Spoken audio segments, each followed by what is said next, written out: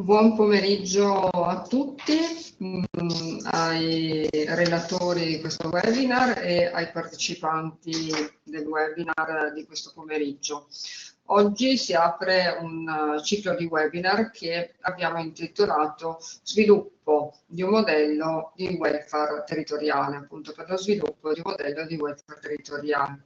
Io sono Silvia Cavallari, sono la coordinatrice di Veneto Welfare e porto a tutti i partecipanti i saluti di Tiziano Barone, direttore di Veneto Lavoro, che oggi purtroppo non può essere con noi.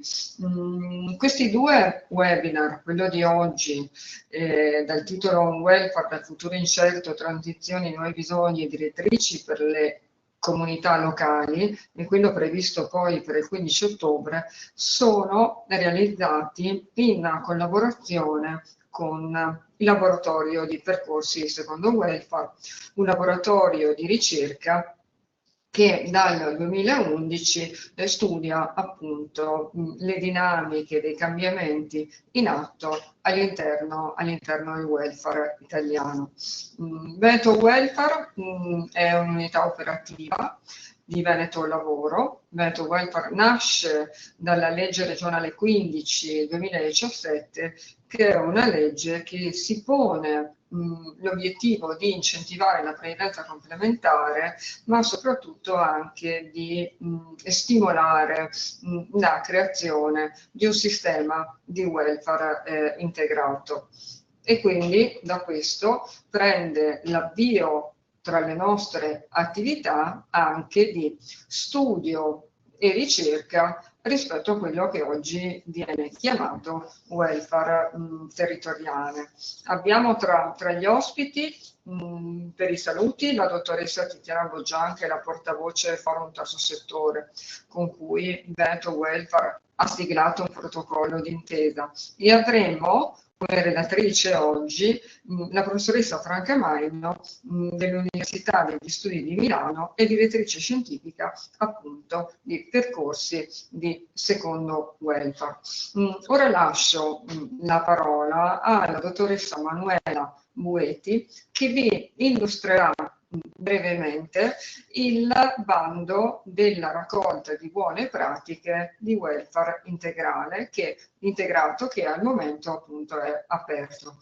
Vi do due indicazioni rispetto al webinar. Se avete delle domande potete benissimo scrivere nella chat, vi verrà fornita la risposta alla fine del webinar, e poi per quello che riguarda la registrazione di questo webinar sarà disponibile nei prossimi giorni sul sito di Veneto Welfare, che appunto vi invito a seguire.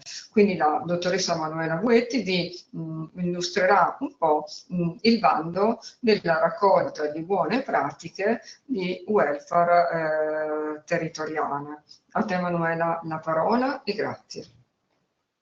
Salve a tutti, grazie Silvia, sono Manuela Buetti di Veneto Welfare e con l'occasione di questo webinar volevamo presentarvi brevemente la nostra seconda raccolta di buone pratiche in ambito di welfare locale, territoriale e integrativo. Vi condivido giusto velocemente due slide. Allora, quest'anno la nostra seconda raccolta si impreziosisce del patrocinio di ANCI Veneto e del supporto di laboratorio percorsi di secondo welfare. Che cos'è la raccolta di buone pratiche? È una raccolta pubblica di esperienze reali e positive di welfare locale e territoriale integrativo avviate nel territorio veneto, che appunto oggi è alla seconda edizione dopo il successo della scorsa.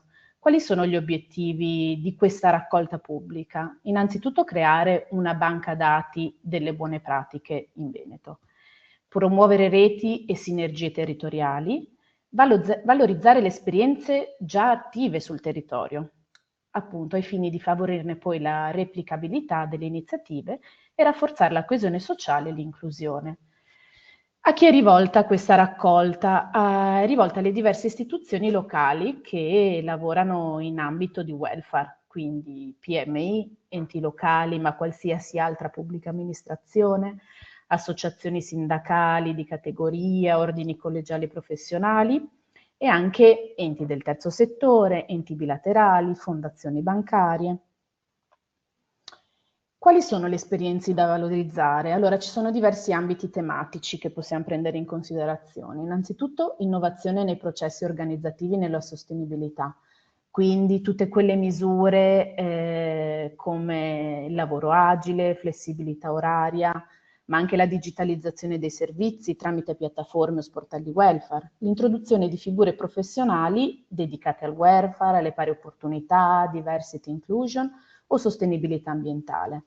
Altro ambito tematico è quello delle reti di impresa per il welfare condiviso, quindi tutti quei progetti e collaborazioni tra imprese per fornire servizi comuni ai lavoratori e alla comunità in generale. Altro ambito tematico sono i servizi innovativi alla persona e alla famiglia, quindi tutti quei servizi volti all'infanzia, alla disabilità, alla non autosufficienza, e in generale azioni di conciliazione vita, lavoro e supporto educativo. Altro ambito è il welfare aziendale territoriale a filiera corta, quindi tramite il coinvolgimento di fornitori locali di beni e servizi o la partecipazione attiva di enti pubblici del terzo settore, parti sociali, associazioni e comitati. Come si fa domanda? Allora, le buone pratiche devono essere presentate attraverso un modulo online, un semplice Google Moduli, che è disponibile alla pagina del sito istituzionale di Veneto Welfare. Sotto Welfare Locale Integrativo potete trovare la seconda raccolta di buone pratiche, come qua da screenshot. All'interno trovate tutte le indicazioni e tutte quante le informazioni per poter presentare domanda e trovate il link per questo Google Moduli, che è un Google Moduli molto semplice in cui vi chiede un po' le informazioni rispetto alla buona pratica attivata. Il termine per la raccolta di queste buone pratiche è il 15 ottobre 2025. Ovviamente per qualsiasi informazione o aiuto nella compilazione potete contattarci alla nostra mail che trovate sul sito, che è veneto.welfare@venetolavoro.it, oppure anche chiamarci telefonicamente. Allora, dopo questa breve introduzione, interrompo la condivisione e lascio la parola alla dottoressa Boggian. Buongiorno, buon pomeriggio a tutte e tutti. Porto i saluti come portavoce dal Forum Terzo Settore Veneto da parte delle nostre 32 reti associative che aderiscono al Forum Veneto.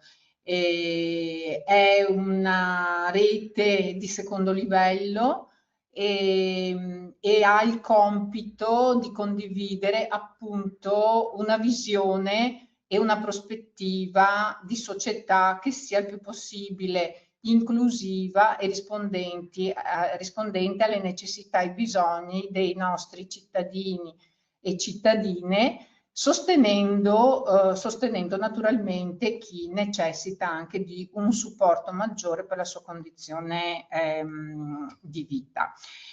Come ha detto la coordinatrice, che saluto, coordinatrice di Veneto Welfare, la dottoressa Cavallarin, noi siamo arrivati, diciamo, alla seconda tranche di questo ciclo di webinar, organizzato all'interno appunto di un protocollo di collaborazione che abbiamo sottoscritto appunto con Veneto Welfare e Veneto Lavoro, proprio come occasione per condividere con tutta la nostra comunità, condividere approfondimenti, dati, provare insieme a trovare delle strade, delle soluzioni appunto che siano rispondenti ai nuovi bisogni. Sappiamo molto bene, e il titolo lo richiama dell'intervento di oggi, che siamo di fronte a dei cambiamenti epocali da tutti i punti di vista, cambiamenti che non sono temporanei ma sono irreversibili. Di questo dobbiamo tenerne conto, e quindi anche le nostre reti, anche i nostri interventi devono essere all'altezza del contesto, delle sfide che ci vengono chieste, per essere rispondenti anche al ruolo che dobbiamo svolgere in collaborazione con la pubblica amministrazione e tutte le istituzioni. Oggi abbiamo il piacere appunto di avere la dottoressa Franca Maino, poi si presenterà, comunque docente dell'Università degli Studi di Milano, che appunto ci illustrerà e avremo modo di comprendere bene quali sono appunto le transizioni, i nuovi bisogni e quali direttrici per il futuro. Quello che interessa al Forum Terzo Settore Veneto all'interno di questa cornice è sicuramente condividere un'idea di società. Si parla molto di sviluppo e di modello di welfare, che viene chiamato in maniera anche molto diversa. Può essere chiamato welfare generativo, welfare comunitario, welfare territoriale, welfare aziendale, welfare locale. Quello che ci interessa è che alla fine tutto converga verso un modello sostenibile che riduca le disuguaglianze e che ingaggi tutte le parti della società, formali, informali, istituzionali o meno. Ecco, quindi io a questo punto direi buon ascolto, buon approfondimento. Auguro che ci siano anche molte domande al termine dell'incontro e passo la parola alla nostra docente Franca Maino. Grazie. Grazie davvero alla dottoressa Boggiana, ma anche a Veneto Welfare, a Silvia Cavallarin e al direttore Tiziano Barone. Insomma, sono personalmente molto contenta di essere qui oggi questo pomeriggio e avere l'occasione di un confronto con voi, anche perché appunto la collaborazione attraverso Veneto Lavoro e Veneto Welfare con il territorio veneto ormai prosegue da tempo e dal nostro punto di vista di studiosi o organizzazione che insomma un po' ha l'ambizione di accompagnare il cambiamento, questa collaborazione si è rivelata e sono certa si rivelerà ancora di più in futuro molto virtuosa di scambio di conoscenze e la conoscenza è la base poi per coprogettare, coprogrammare, essere ideativi e poi realizzare, creare le condizioni per realizzare degli interventi. E riprenderò un po' questi concetti anche alla fine della mia presentazione. Io inizio condividendo lo schermo perché ho preparato delle slide e poi vi racconto diciamo un po' quali sono i temi che vorrei trattare nell'incontro. Spero che vediate le slide. No, forse non più, eccole. Dicevo, appunto, io sono docente, ricercatrice, studiosa dell'Università degli Studi di Milano, ma porto avanti la mia attività di ricerca anche attraverso il laboratorio percorsi di Secondo Welfare, che ha un po' due direttrici di lavoro, la ricerca e la mettere a disposizione la ricerca per favorire il cambiamento e poi la disseminazione di contenuti per alimentare, no, apprendimenti, mutui apprendimenti, perché diciamo questo possibile cambiamento, questa possibile trasformazione coinvolga il numero più alto possibile di enti o di organizzazioni, come dire, interessati, no? Per riprendere le parole della dottoressa Boggian, a realizzare modelli sostenibili che contribuiscano appunto a ridurre le diseguaglianze. Mi ritrovo molto in questo, diciamo, in questo orizzonte. Allora, nel mio intervento, quello che vorrei fare è partire rapidamente da quelle che sono le caratteristiche del nostro sistema di welfare e in particolare mettere un po' in luce le distorsioni. Perché è importante partire da lì? Perché ci mette in luce quali sono anche i limiti di quel modello tradizionale di welfare che oggi fatica davvero a fornire delle risposte ai bisogni, in particolare ai nuovi rischi e ai nuovi bisogni, ma anche a quelli più tradizionali.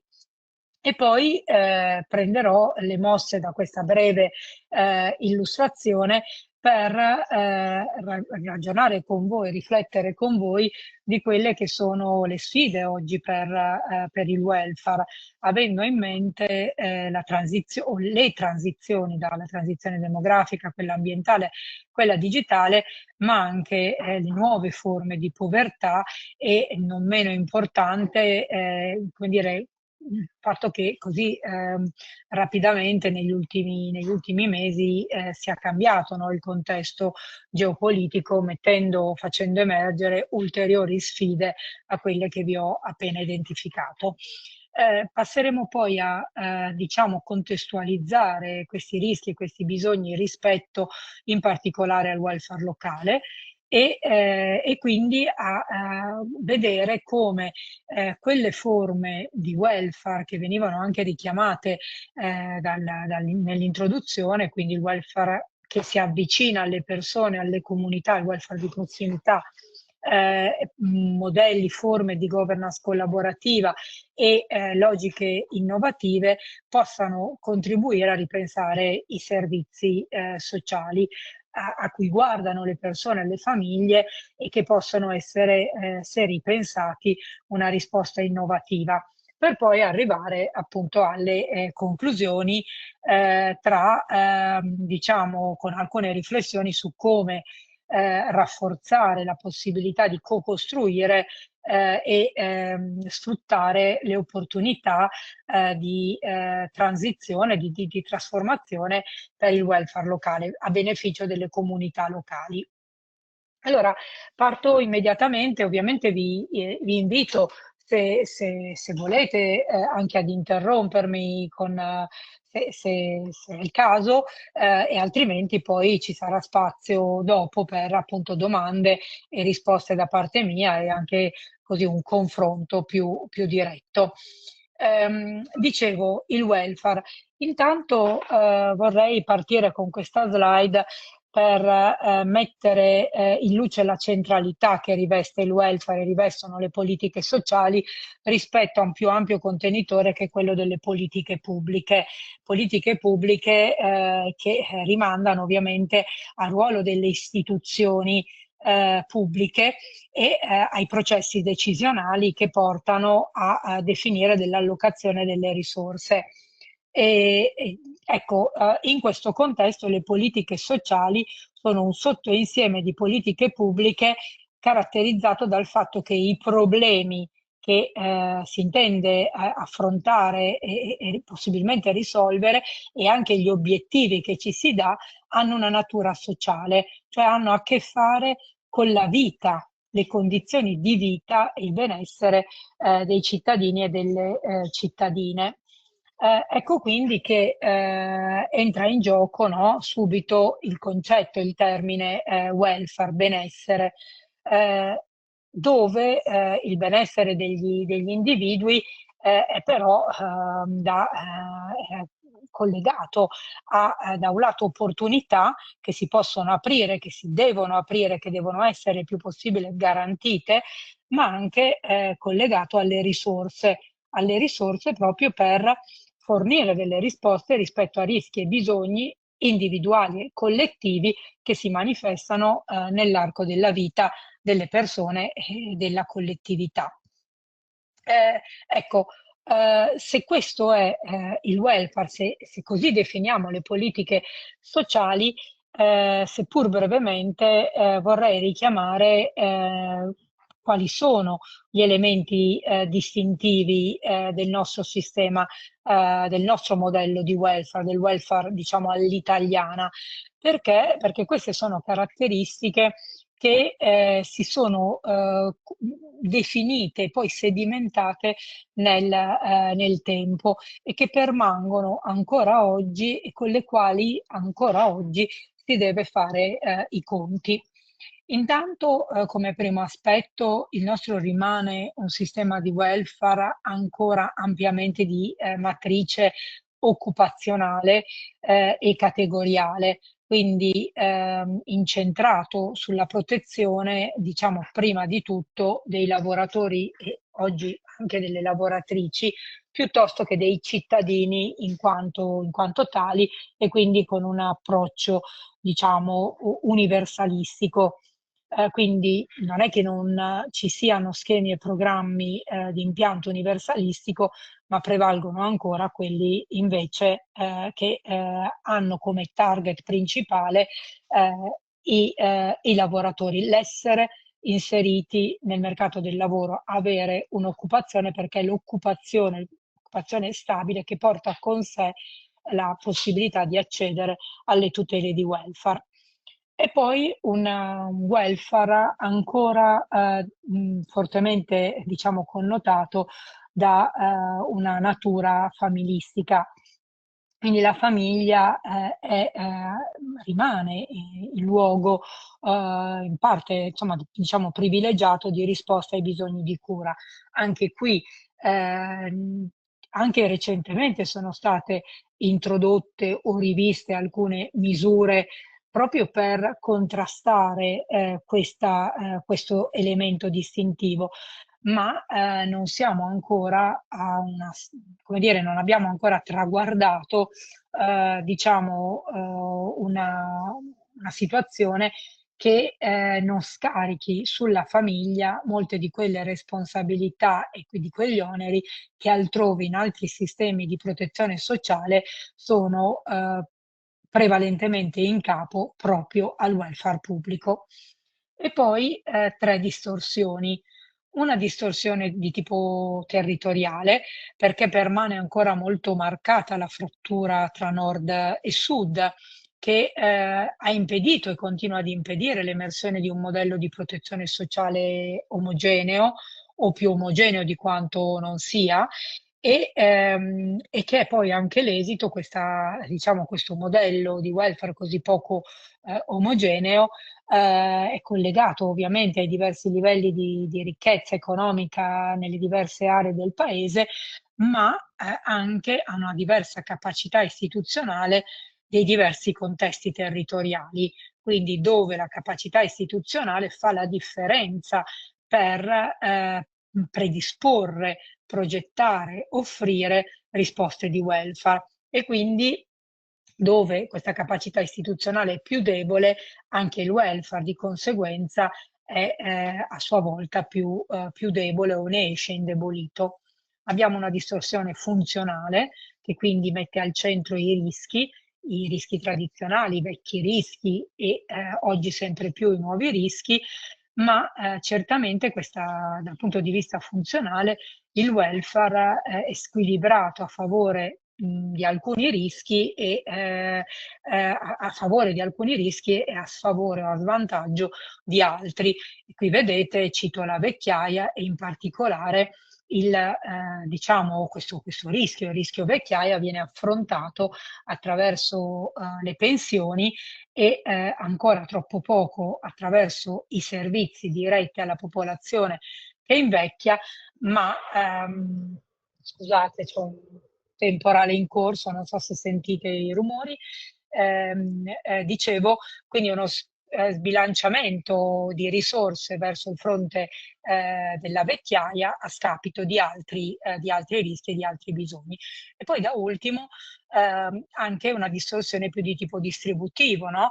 Che segna un divario tra chi è protetto, e lo è per lo più perché, come dicevo prima, è inserito nel mercato del lavoro, e chi invece non si vede garantite le coperture, gli outsider, proprio perché o è totalmente fuori dal mercato del lavoro o se è dentro nel mercato del lavoro cioè, come dire, è inserito ma solo in modo irregolare, quindi con contratti precari, irregolari, con diciamo retribuzioni basse che non permettono anche di costruire intorno delle tutele. e poi una persistenza di un cleavage generazionale che contrappone le nuove generazioni poco tutelate, poco protette rispetto alla generazione della popolazione anziana, che invece, soprattutto attraverso la vecchiaia, le pensioni, è fortemente tutelata. Da ultimo, ma non meno importante, vedete in questo riquadro, sottolinea che oggi il nostro sistema di welfare ha anche dato prova di essere non adeguatamente preparato di fronte alle emergenze. Pensate al Covid, che sembra lontano, ma tutti ne abbiamo il ricordo, no, diciamo, di quanto il Paese fosse impreparato ad affrontare quella sfida e quella sfida abbia richiesto tempi lunghi per fornire delle risposte. Lo sperimentiamo ormai quotidianamente, questa impreparazione rispetto alle catastrofi, a eventi come quello che si sta adesso in corso a Milano, un temporale molto, molto forte che però può generare allagamenti, esondazioni in aree della città e oggi sempre più anche il tema dei conflitti e delle guerre.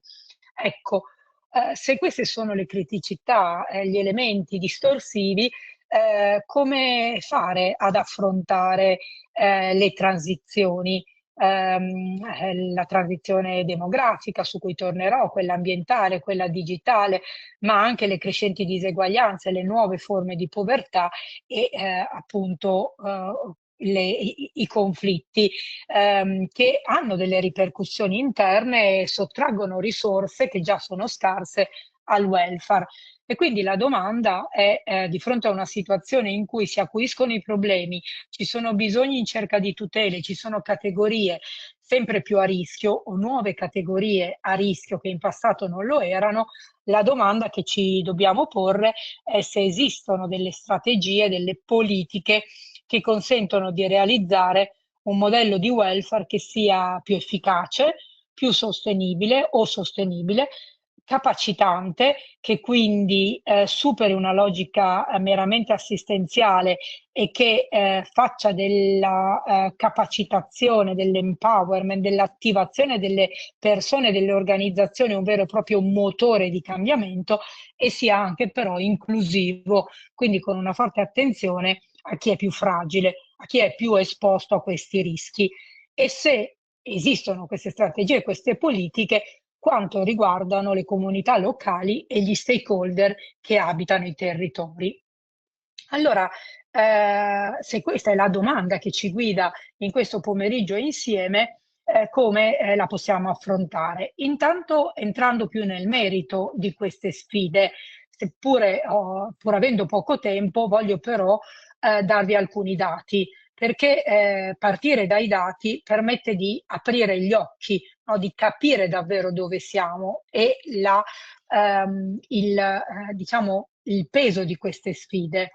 Intanto parto da questa expert survey che abbiamo realizzato come laboratorio percorsi di secondo welfare i mesi scorsi e che abbiamo messo a disposizione poco prima dell'estate, dedicata al tema dell'economia sociale, che è un tema che è chiaramente al centro delle scelte, delle attività, delle azioni di Veneto Lavoro, di Veneto Welfare, della Regione Veneto nel suo complesso, ma anche, io credo, del forum terzo settore, perché il terzo settore è al centro di quella che chiamiamo e definiamo l'economia sociale. I soggetti profit e i soggetti non profit, l'associazionismo, ma anche le cooperative, le imprese sociali, la filantropia, che possono dare un contributo fattivo a quel cambiamento, a fornire delle risposte alla domanda che vi ho sollevato prima. E allora, interrogando gli esperti, che cosa è emerso? Intanto sono emerse quelle che sono le sfide che il Paese e anche grazie all'economia sociale si troverà ad affrontare nei prossimi mesi e nei prossimi anni. E vedete che tra queste c'è certamente il cambiamento demografico, le crescenti diseguaglianze, l'aumento della polarizzazione sociale e il mutato contesto macroeconomico che mette in discussione la disponibilità di risorse in un mondo che è sempre più interconnesso, dove la globalizzazione ha impattato e continuerà ad impattare moltissimo, nonostante la chiusura a cui sembra si vada incontro con quelle trasformazioni geopolitiche di cui leggiamo tutti i giorni. Quindi gli esperti ci confermano che questo è il quadro con cui noi dobbiamo confrontarci. E dentro questo quadro io oggi voglio partire dal fenomeno del degiovanimento.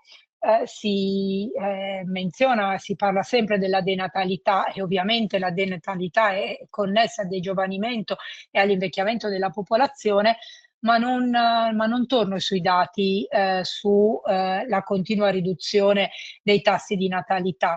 Credo che oggi sempre più si debba fare i conti con dati che riguardano la riduzione di giovani e quindi la riduzione della quota di popolazione giovane nel nostro paese, che è un processo che è già in atto e che ha e avrà sempre più degli impatti significativi sul sistema educativo, sul sistema lavorativo, sul sistema anche sociale.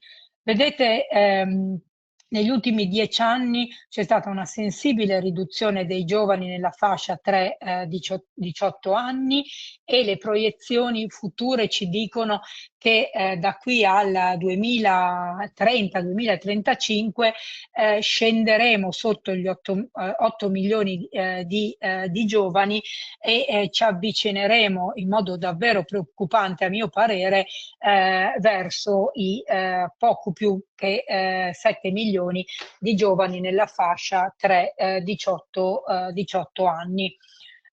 Quindi parlavo prima di uno squilibrio generazionale che vede anche i giovani che sono già un po' messi all'angolo rischiare di esserlo ulteriormente, perché si ridurrà la quota, no? Di questa parte fondamentale per lo sviluppo di un qualsiasi paese. E dall'altra parte che cosa abbiamo? Abbiamo un aumento della popolazione anziana che già oggi nella fascia over 65 rappresenta un 23% e che di qui al 2040, tra il 2040 e il 2060, andrà a raggiungere il 33%. Quindi se oggi un quarto della popolazione ha più di 65 anni, nel poco meno di 2 decenni avremo un terzo della popolazione che sarà over 65.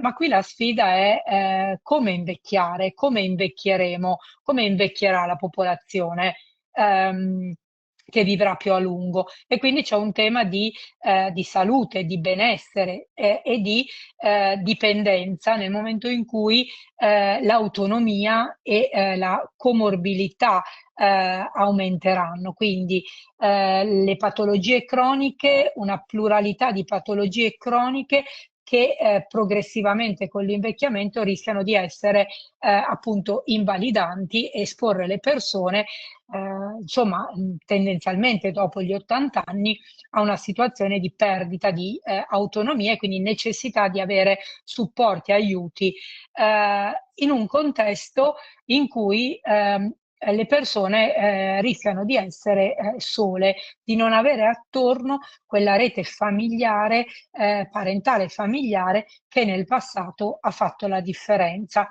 E quindi la longevità, la fragilità, la solitudine faranno emergere o diciamo renderanno ancora più evidente la sfida di quella che io qui chiamo la povertà relazionale, essere poveri di relazioni, che abbiamo sperimentato peraltro con la pandemia e anche con nuovi modelli culturali fortemente incentrati sull'individualismo.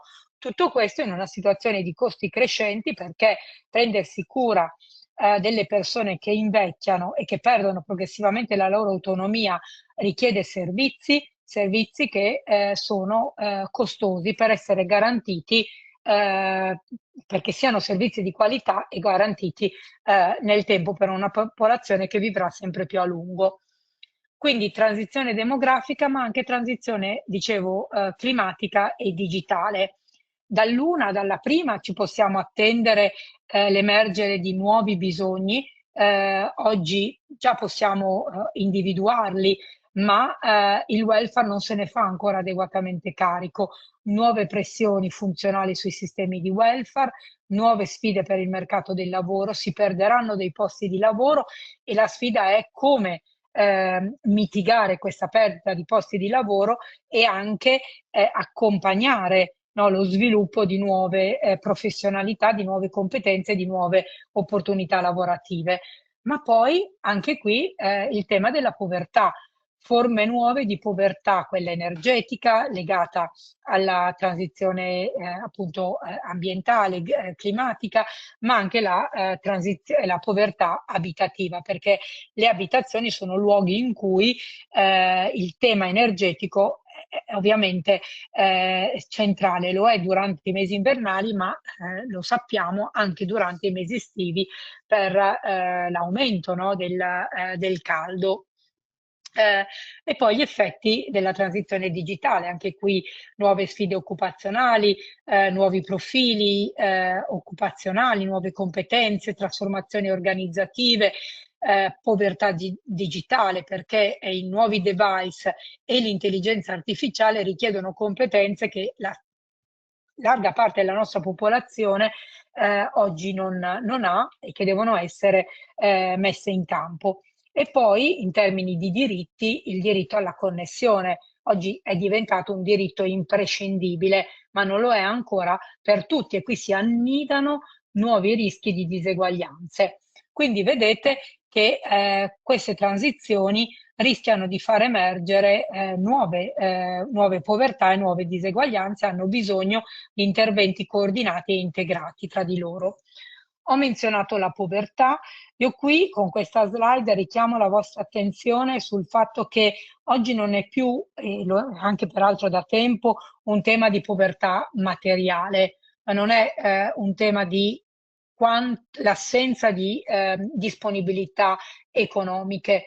La povertà ormai ha molte facce, ha molti volti, è povertà lavorativa, è povertà abitativa, energetica, è povertà educativa, è povertà sanitaria quando le persone rinunciano a curarsi perché non hanno le risorse o non riescono ad accedere perché il sistema sanitario non è in grado di fornire le risposte sanitarie quando servono. E anche povertà alimentare quando le persone rinunciano all'alimentazione in modo regolare perché è troppo costosa. Ed è, dicevo, povertà anche digitale. Vi faccio vedere pochi dati. Intanto chi rischia di più rispetto a queste forme di povertà o questa povertà multidimensionale, certamente i minori e i giovani, la popolazione straniera e ancora le donne. Il modo in cui le donne siano state in modo sproporzionato colpite dalla povertà lo abbiamo sperimentato o è apparso ancora più chiaro con la pandemia, è ormai un tema al centro del dibattito. Mi soffermo in particolare sul tema della povertà assoluta e di come questa colpisca i minori.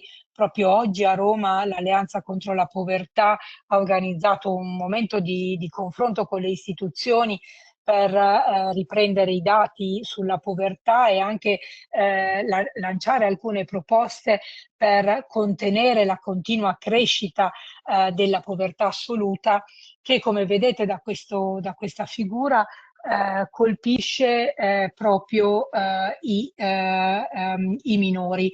In arancione abbiamo la linea della povertà assoluta che riguarda la popolazione nel suo complesso e in blu la linea che riguarda la popolazione fino a 17 anni. Vedete che dopo la crisi del 2007 e del 2008 si è aperta una forbice che si è progressivamente allargata e che ci dice come i minori, quindi le famiglie con minori a carico, siano quelle che oggi sperimentano maggiormente la povertà. Se ci sono oltre 2 milioni di famiglie in condizioni di povertà assoluta e quasi 6 milioni di individui, 1 milione e 3 sono bambini e bambine, d'accordo? E questo è gravissimo perché la povertà che colpisce i minori diventa povertà alimentare, riguarda la povertà sanitaria, ma è anche povertà educativa, in un circolo vizioso che traghetta le persone, le famiglie, i minori da una povertà materiale a una povertà che esclude dal sistema educativo e quindi diventa una povertà intergenerazionale.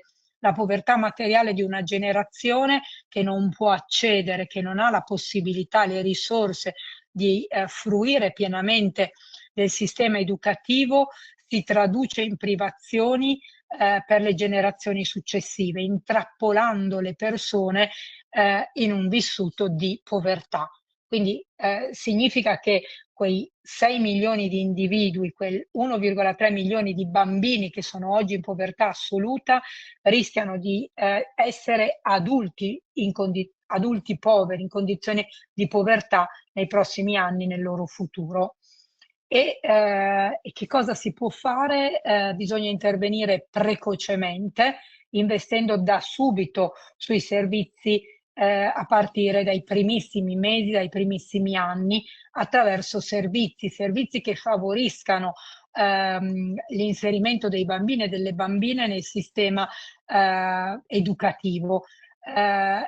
Quindi però da questo punto di vista il nostro paese sconta un forte ritardo. Questi sono i dati che riguardano i servizi per la prima infanzia, quindi gli asili nido in Italia e in Europa.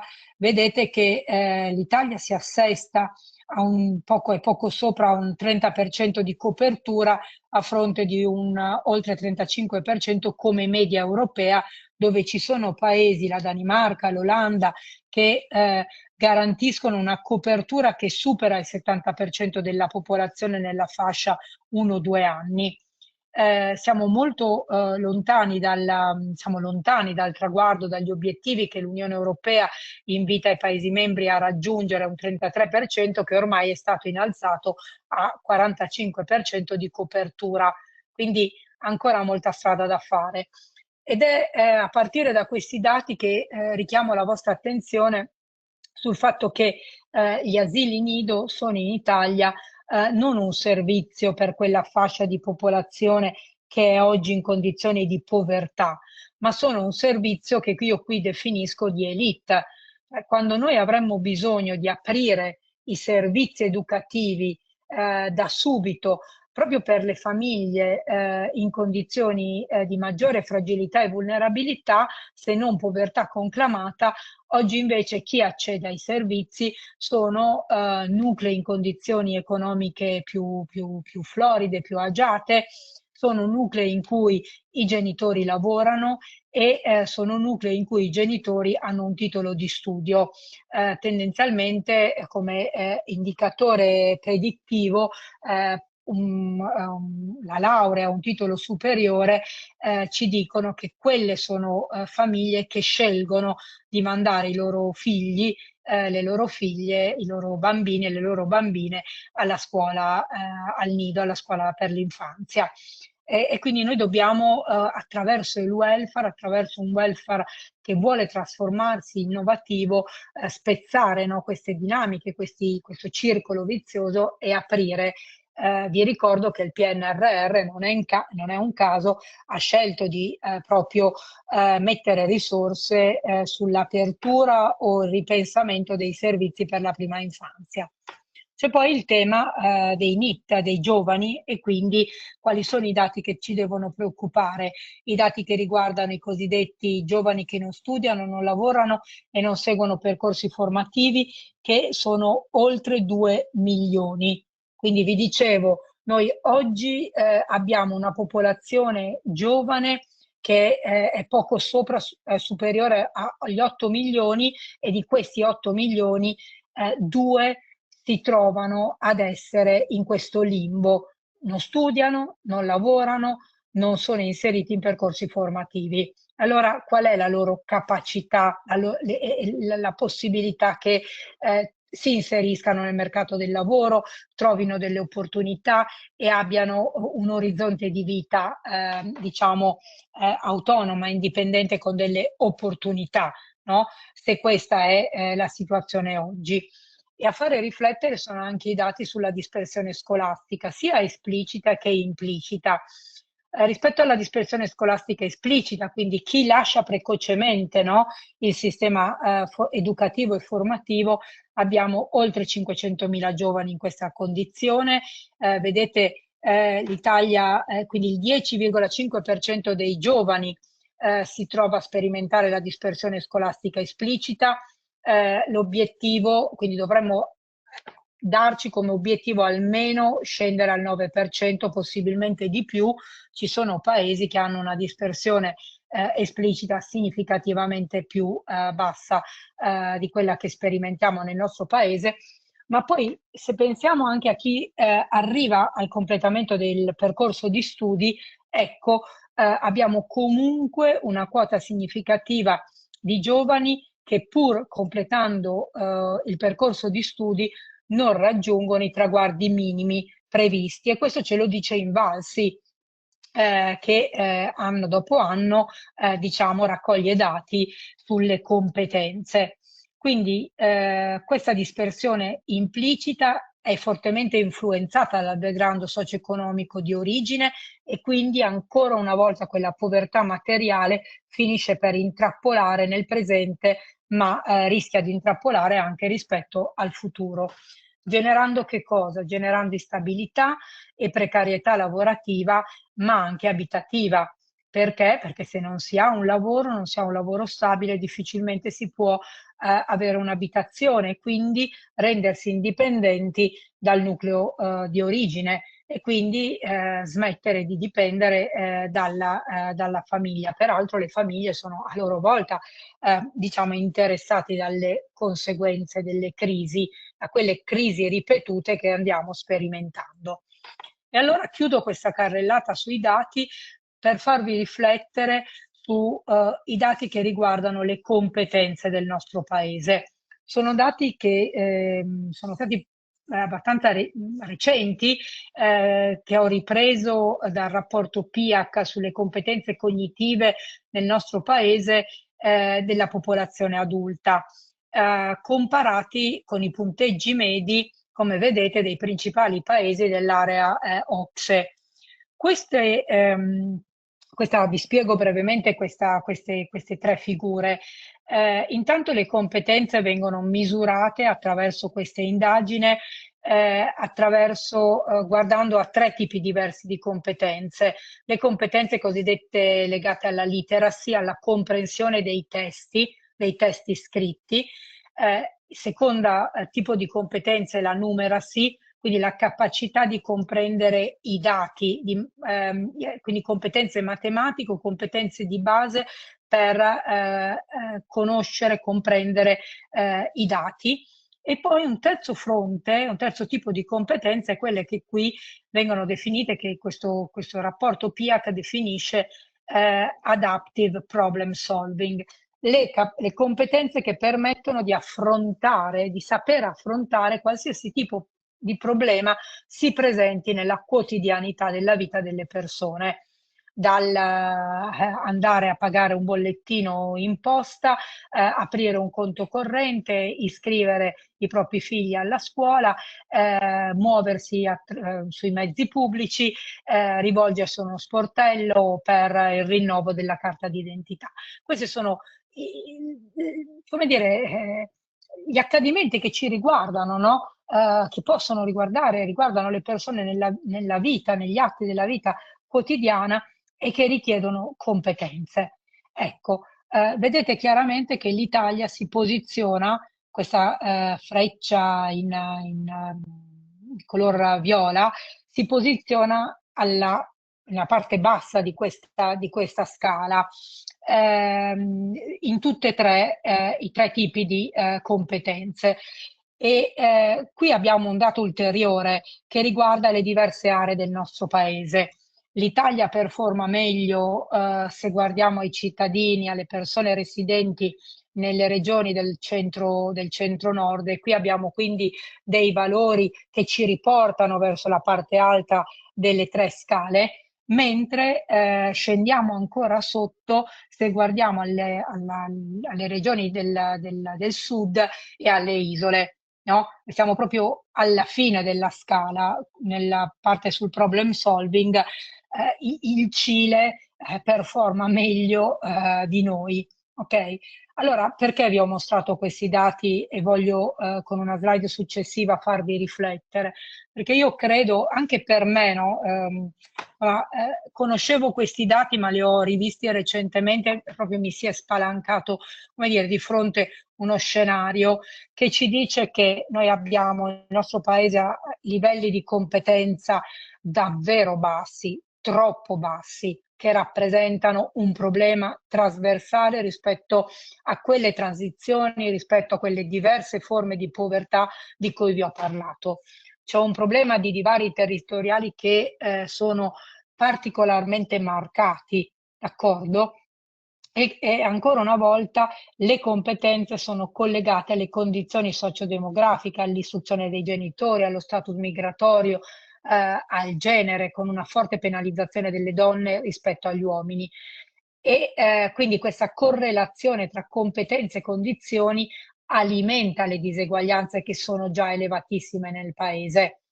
E l'altro dato che fa riflettere, non vi faccio vedere dei dati, ma vi assicuro che è così, questi trend non sono migliorati, nonostante anche una serie di politiche, nonostante le risorse del PNRR che sono andate alla digitalizzazione, all'infrastrutturazione digitale del paese, sulla missione 6 nell'ambito salute, la missione 5 sul sociale, la missione che riguarda diciamo le politiche educative.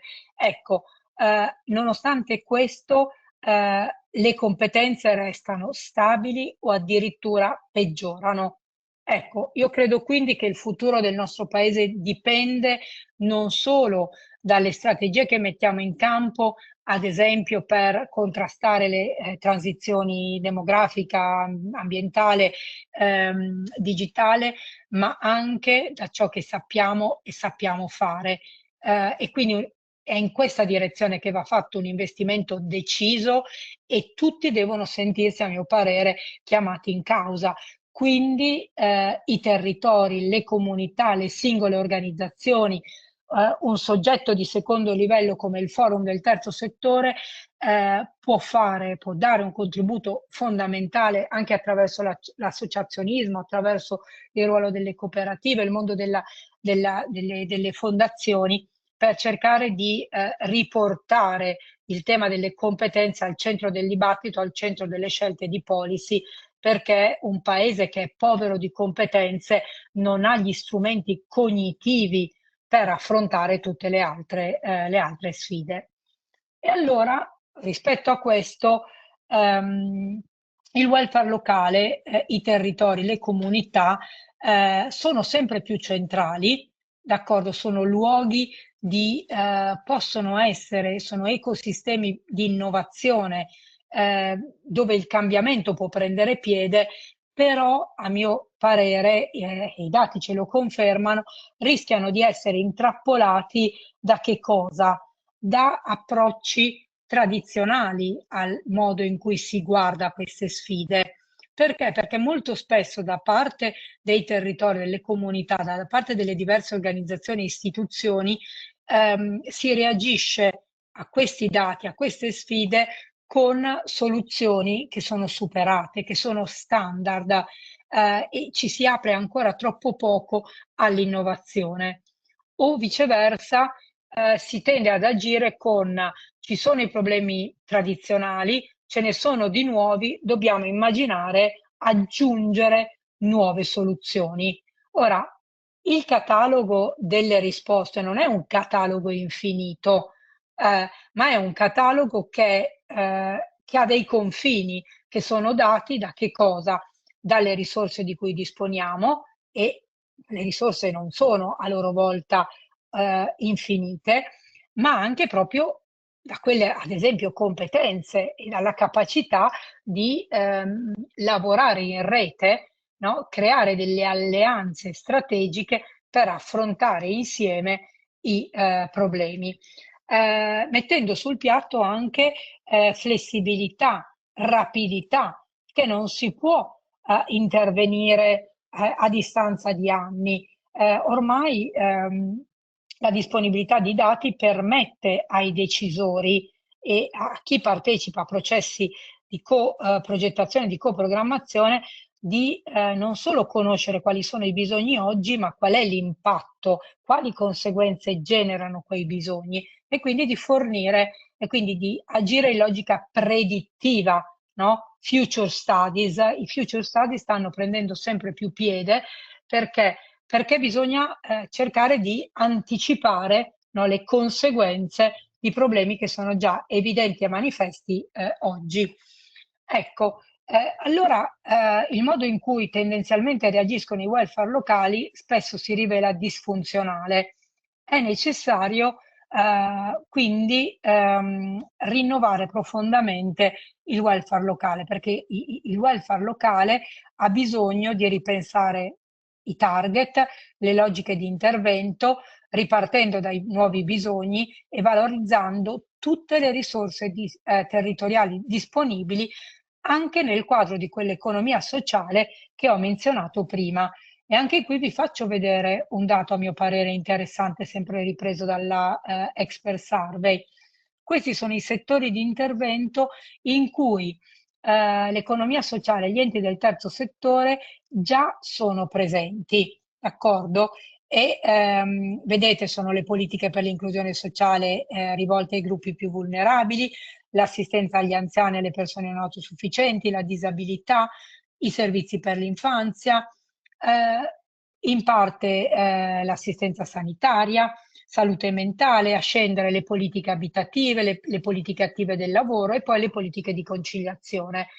Ma per la verità i nuovi rischi e i nuovi bisogni ci dicono che dovremmo ribaltare questa scala, perché c'è bisogno di un maggior coinvolgimento degli attori del terzo settore proprio sulle politiche di conciliazione e di equità di genere, sulle politiche attive del lavoro, sulle politiche per l'abitare, sulle politiche energetiche legate al welfare, sempre più il tema della salute e della sanità con un sistema sanitario in forte crisi, e quindi ci sono dei vuoti da colmare in cui non si sta dicendo che il terzo settore da solo il terzo settore da solo deve farsi carico, ma dove si sta dicendo che ci sono delle aree per generare delle nuove collaborazioni, delle nuove partnership tra pubblico, terzo settore, possibilmente anche il mondo delle imprese, per innovare profondamente il sistema dei servizi. Quindi cambio di prospettiva e di approccio. E rispetto a questo, quindi quel welfare collaborativo di prossimità fortemente attivante e inclusivo, la domanda che mi faccio e che vi faccio è se gli attori in campo sono pronti e che cosa dovrebbero fare per essere pronti o più pronti di quanto non siano oggi. Certamente il tema non è un tema divisivo, quindi se ci deve essere più pubblico, più privato profit, privato non profit, il punto è più comunità, perché dentro le comunità possono svilupparsi queste dinamiche collaborative. Quindi ridurre il protagonismo dei singoli attori, delle singole organizzazioni e favorire logiche collaborative orizzontali in cui le istituzioni pubbliche devono facilitare la messa in campo di queste reti, devono mettere a disposizione di risorse, devono creare le condizioni perché al tavolo, in una logica paritaria, possano sedere il terzo settore e quindi i soggetti dell'economia sociale in relazione con il pubblico e le imprese stesse. D'altro canto, il terzo settore non si deve più immaginare e pensare come un mero fornitore della pubblica amministrazione come è stato nel passato, ma deve essere pronto a fare la propria parte, e anche a spingere perché si vada sempre più verso la costituzione la creazione di tavoli multiattore, consolidamento di modelli di governance collaborativa, il ricorso proprio all'articolo 55, quindi alla coprogrammazione, alla coprogettazione, accettando il terzo settore di essere anche misurato sull'impatto che è in grado di generare, un impatto che va oltre la mera prestazione, ma si misura sulle conseguenze, sull'outcome, le conseguenze di lungo periodo. Lo stesso vale per le imprese, d'accordo? Che se in questi anni si sono affacciate al welfare, al mondo del welfare, e hanno messo sempre più al centro anche un'attenzione verso il sociale, devono però essere pronte a loro volta ad essere agenti di sviluppo di comunità, mettendo risorse, ripensando i loro modelli di intervento in logica di sostenibilità e sostenendo anche con risorse questi cambiamenti. Allora, delle logiche che qui chiamo di prossimità, collaborative e innovative, ho in parte già detto. Mi limito a richiamare rapidamente, per poi lasciare appunto anche spazio al dibattito, 3 aspetti. Intanto, come vi accennavo prima, stiamo assistendo a un processo di territorializzazione del welfare. Il welfare ovviamente è gestito anche a livello nazionale con i grandi programmi, schemi nazionali, le pensioni, il servizio sanitario nazionale, l'assegno unico universale per i figli, quello che era il reddito di cittadinanza, oggi l'assegno di inclusione e così via. Però questa cornice nazionale non basta, dal basso, no? I territori in questi anni si sono sperimentati come laboratori di innovazione e di investimento, no? Generando le condizioni per quelle dinamiche collaborative di cui vi ho detto, che possono essere messe, come dire, a terra, concretizzate attraverso 3 direttrici. Quelle che io qui chiamo le piattaforme marketplace di aggregazione della domanda e di professionalizzazione dell'offerta, che permettano di mettere in campo servizi nuovi anche a pagamento per quelle fasce di popolazione che possono permetterselo, ma con una forte attenzione anche a quella parte della popolazione più vulnerabile che invece i servizi non li può pagare o in tutto o in parte. Allora, utilizzare le piattaforme marketplace, che sono luoghi, come dire, di transazioni, di mercato, di servizi, no? A cui si accede sulla base di criteri definiti ex ante, a cui però tutti possono accedere, perché altrimenti si rischia di rimanere intrappolati in piccole iniziative per pochi di breve periodo, il tempo che ci sono risorse grazie a bandi o a finanziamenti estemporanei, mentre questo tipo di piattaforme che agisce con logiche di mercato, seppure calmierato, con un'attenzione alle fragilità, hanno l'ambizione di mettere al centro la qualità dei servizi e la qualità dei fornitori dei servizi, i professionisti del sociale, e allo stesso tempo ampliare la platea dei possibili beneficiari. Abbiamo però anche tutta una dimensione relazionale che deve affiancarsi a queste piattaforme marketplace. È quello che io qui chiamo, o che abbiamo chiamato in un volume dal titolo Platform Welfare, le piattaforme multicanale di ricomposizione sociale. Perché? Perché non è che le risposte possono e debbono arrivare solo dal mercato, per quanto rivisto. Molte delle risposte possono arrivare anche su una base relazionale, di mutuo aiuto, di mutuo scambio, dove quello che rileva e fa la differenza è l'investimento sulle persone, un ritorno alla relazione come elemento distintivo che può favorire il mutuo aiuto, ovviamente di nuovo non dentro dinamiche estemporanee, ma dentro un quadro più strutturato in cui l'associazionismo il volontariato si innesta e si integra e si coordina anche con i servizi pubblici, sociali, sociosanitari, sanitari, che sono forniti dal welfare. E poi, come terzo elemento distintivo, quello proprio, lo accennavo prima, misurare i risultati, e gli esiti, i risultati, l'impatto generato diventa un criterio attraverso il quale riconoscere l'apporto che le diverse organizzazioni, i diversi enti forniscono in una logica premiale. Cioè, nel momento in cui l'ente pubblico assegna gli appalti, i contratti, gli affidamenti o avvia dei processi di coprogettazione, chiama al tavolo quei soggetti che sono, appunto, dicevo prima, disposti a farsi valutare e a dare un contributo fattivo alla creazione di impatto sociale, soggetti che per arrivare a quel risultato fanno degli investimenti sapendo che non si tratta di micro assegnazioni di incarichi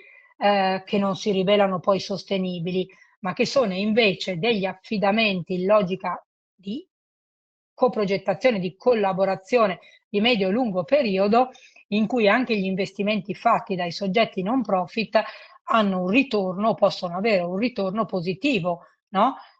In termini di assunzione di personale, in termini di investimenti, diciamo, infrastrutturali, d'accordo? Quindi generando un circolo virtuoso, scusatemi. Allora, tutto questo richiede come condizione di base la raccolta di dati da cui partire, l'aggregazione di questi dati forniti da tutti i soggetti che operano e agiscono nelle comunità e la condivisione di questi dati, perché altrimenti di nuovo andiamo ad alimentare delle dinamiche verticali.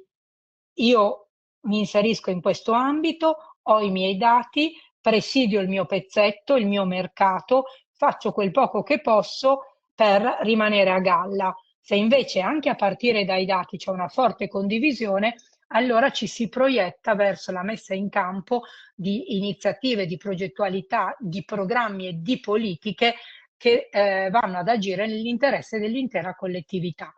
Allora, di tutto questo abbiamo già delle evidenze, non siamo all'anno zero, non siamo all'anno zero perché le crisi del passato recente, in primis quella del 2007 e del 2008 e poi anche la crisi pandemica e le crisi che sono gemmate da queste due grandi crisi hanno spinto i territori a sperimentarsi. Ora ci sono molti territori, molte comunità che in qualche modo sono già proiettate o forse pronte a fare un salto ulteriore nel istituzionalizzare queste reti, nel trasformare progetti che hanno dato prova di essere, di essere efficaci, efficienti, di generare un impatto, di diventare programmi e di essere assunti anche come vere e proprie politiche locali del welfare. E allora chiudo davvero dicendo che con due slide avete visto, ho sottolineato il tema dei dati, della conoscenza, della comprensione dei dati. Allora io chiuderei spronando, aggiungendo, come dire, un ulteriore elemento, no? Oltre all'inclusione, alla capacitazione, all'attivazione, quello dell'apprendimento. Quindi credo si debba guardare allo sviluppo di comunità che sappiano apprendere, che sappiano imparare anche dagli errori, anche dai fallimenti, per creare le condizioni di quella trasformazione che ormai non può più essere rimandata. Learning community, comunità che apprendono. Quindi il welfare locale è uno degli ambiti che quindi ha più bisogno di comunità in grado di apprendere per essere innovativi. Il welfare locale però è anche uno spazio di identità fondante della comunità. Quindi se chiediamo alle comunità di apprendere, il fatto che il welfare, che ha più bisogno di innovazione, sia qualcosa intorno a cui le comunità si riconoscono, no? questo diventa una leva forte, un motore per attivare tutti gli attori, le organizzazioni delle comunità per sentirsi parte di questo processo, no? Che mira ad affrontare quelle sfide, quei bisogni alla luce delle risorse scarse di cui vi ho detto. E quindi comunità che apprendono per realizzare, innovando, hanno bisogno di un progetto ombrello che catalizzi le energie e le risorse, che diventi prioritario in termini istituzionali per quella comunità, che ridefinisca la missione del welfare locale, che metta insieme le forze più di natura politica, il decisore che poi deve portare in consiglio quelle scelte, le deve giustificare, deve portare delle buone argomentazioni per dire io uso il mio bilancio in quella direzione e non in quell'altra, per contrastare la deriva che le risorse vengano assorbite là dove non servono, ma serve anche tutto l'apporto tecnico delle pubbliche amministrazioni, così come serve il contributo del terzo settore delle imprese che ha competenze diverse che il pubblico non ha, ma che servono per quel progetto ombrello di comunità che può fare la differenza. E da questo punto di vista sviluppare nuove competenze, investendo su formazione e reclutamento di chi queste competenze ce le ha, e guardare anche alle trasformazioni digitali come leva di cambiamento possono essere due diciamo, strumenti ulteriori che possono, no, come dire, pilastri che possono rafforzare un disegno di questa portata. Io mi fermo perché ho in effetti parlato tanto, abbiamo ancora un po' di tempo e lascio a voi la parola se avete domande, ma soprattutto commenti. Allora, grazie professoressa Maino. Allora, ci sono alcune domande. Una rispetto alle buone pratiche a cui posso rispondere io. Buongiorno, si tratta di sole esperienze realizzate in Veneto? La risposta è sì, la raccolta di buone pratiche è solo per quelle azioni in ambito di welfare territoriale realizzate in Veneto.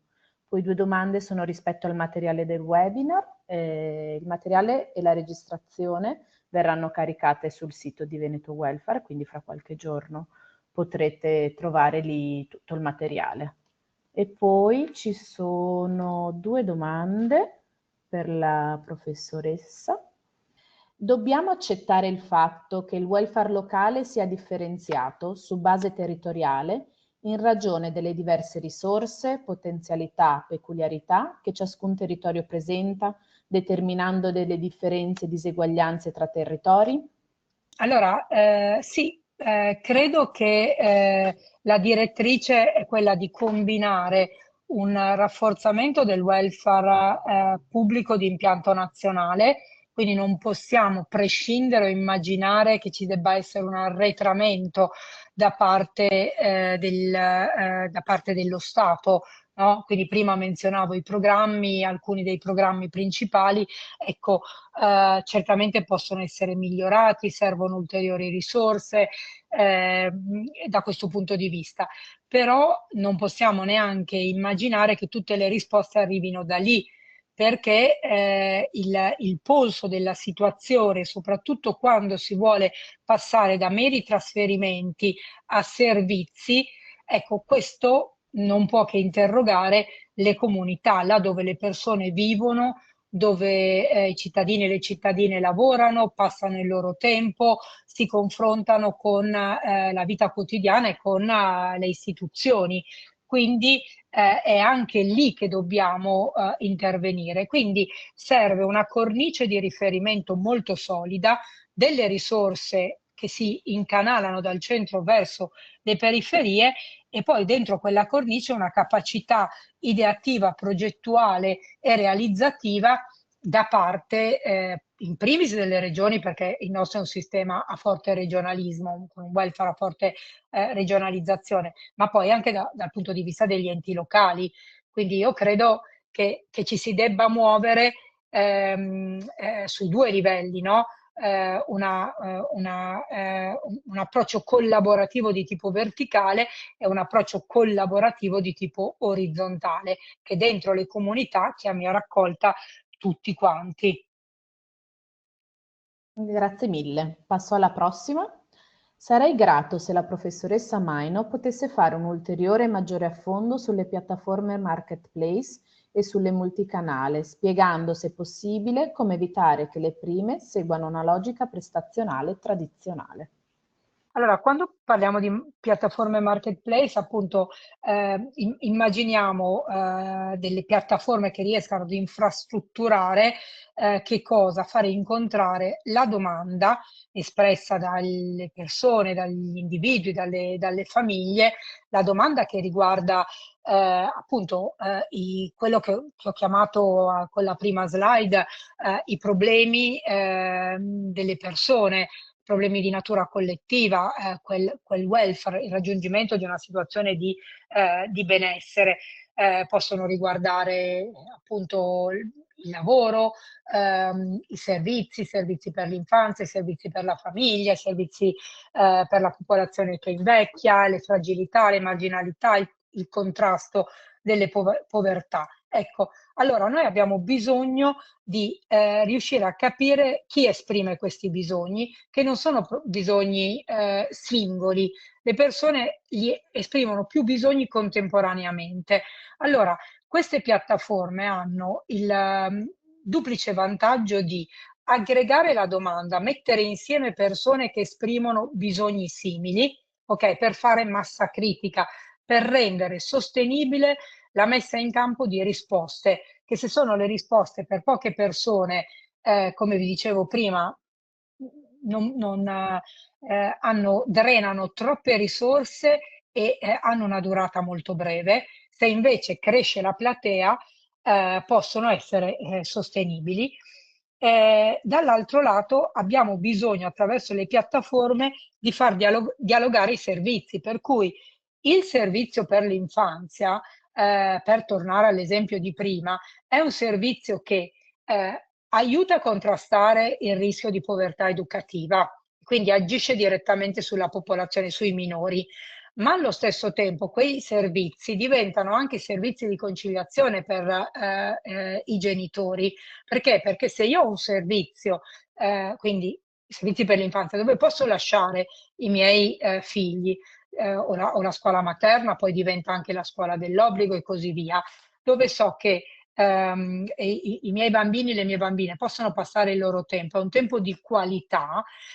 Questo permette ai componenti adulti di avere un'occupazione, di avere maggiori chance di trovare l'occupazione, a quel punto di avere risorse, di avere un'occupazione regolare. Avere un'occupazione regolare favorisce, no? Attraverso il pagamento delle tasse, contribuire al welfare, la possibilità di rendere il welfare sostenibile. Allora, perché le politiche di conciliazione sono così importanti? Perché sono realmente una politica o servizio, un insieme di misure e di interventi trasversali che agiscono rispetto a una pluralità di bisogni in logica coordinata e integrata. E questo è reso possibile da quelle piattaforme che ho chiamato marketplace, dove, e questo è l'ulteriore elemento distintivo, c'è la possibilità di acquistare servizi. E quindi è anche in questo modo che facciamo massa critica, perché lì dentro intercettiamo attraverso il coinvolgimento anche dei servizi pubblici quella parte di popolazione che quei servizi non li può pagare e sono a carico dell'amministrazione stessa, ma intercettiamo anche quella parte di pubblico pagante che può pagare il servizio e che invece di cercare quel servizio nel mercato privato, dove costerebbe di più, dove sono molto meno le garanzie di qualità del servizio, lo acquista attraverso la garanzia, attraverso gli accreditamenti, attraverso altri strumenti, che quello è un servizio di qualità che raggiunge quegli standard almeno minimi di base. Questa è la parte marketplace. Due parole sulla ricomposizione sociale. Dobbiamo uscire dalla logica in cui nel variegato mondo dell'economia sociale o del terzo settore c'è una pluralità di organizzazioni che agisce da sola. Allora, le piattaforme di ricomposizione sociale favoriscono anche qui l'aggregazione di nuovo dei bisogni che sono bisogni che possono essere facilmente presi in carico attraverso il mutuo aiuto, l'associazionismo, il volontariato, ma che hanno bisogno di essere più strutturati e evitando sovrapposizioni, duplicazioni, dispendio di energie e di risorse, cercando ancora una volta di aggregare sia la domanda che l'offerta.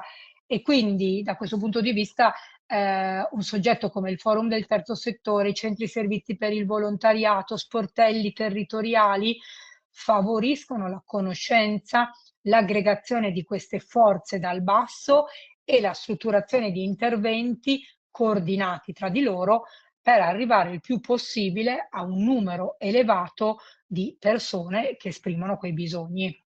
Grazie mille. Ci sono allora altre 2 domande, e il tempo però sta per finire, quindi ci sono pochi minuti per rispondere. Gliele leggo tutte e 2.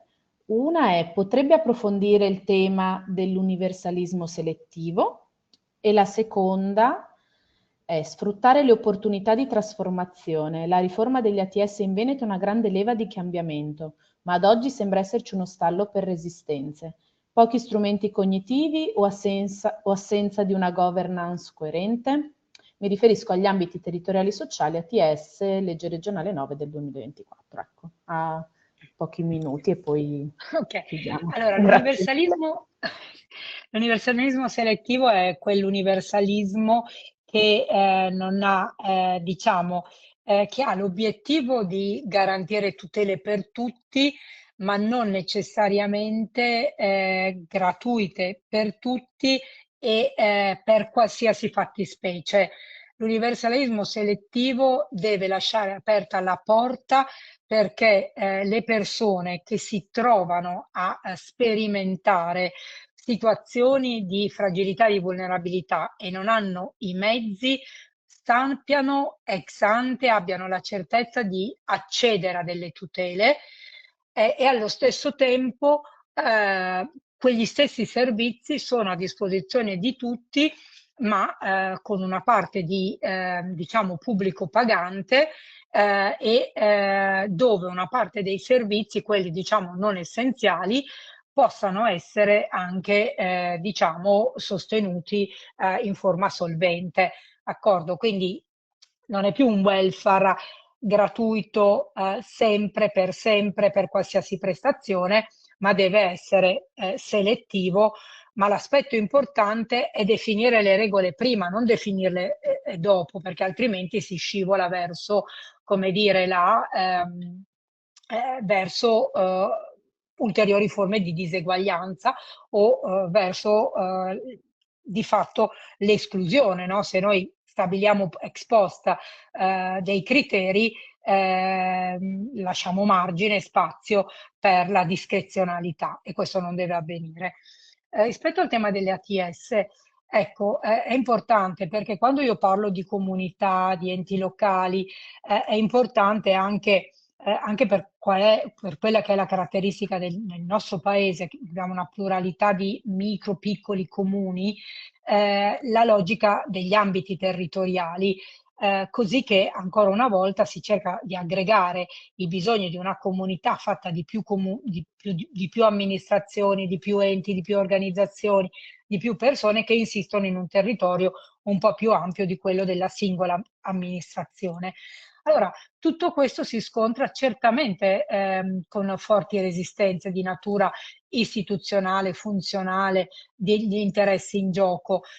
Spesso è l'incapacità di alzare lo sguardo e rendersi conto che i problemi sono comuni e che se si agisce insieme, si trovano soluzioni insieme, se ne beneficia tutti. E invece c'è una tendenza da parte del decisore, da parte anche poi però anche delle organizzazioni profit e non profit, di arroccarsi, di pensare ai propri interessi e di non alzare lo sguardo. Allora, le leggi quindi anche la legge del Veneto, io credo, vada nella direzione di favorire sulla carta quelle dinamiche collaborative. Certo che la messa a terra, l'attuazione, l'implementazione di quella legge richiede una volontà politica, ma anche implementativa, operativa, che non sempre è presente o che va costruita anche da un punto di vista culturale, lavorando con momenti come questi che mettono, diciamo, condividono riflessioni che non sono quelle tradizionali, ma che spingono a riflettere che altri sono, come dire, i principi a cui ispirarsi, le direttrici a cui guardare e mettere in campo. Grazie mille per le risposte esaustive, sono finite, non ce ne sono più, quindi ringrazio lei per la partecipazione e ringrazio tutti quelli che si sono collegati. Grazie mille e buona serata. Grazie a tutti anche da parte mia. Grazie. Grazie. Vi aspettiamo per il secondo seminario che Esatto. sarà 15 giorni, mi sembra, Sì, con il collega esatto. Santoni. Il 15 ottobre. Il 15 ottobre, esatto. 15:30. Buona serata, Perfetto. grazie a tutti, a presto. A presto. Arrivederci.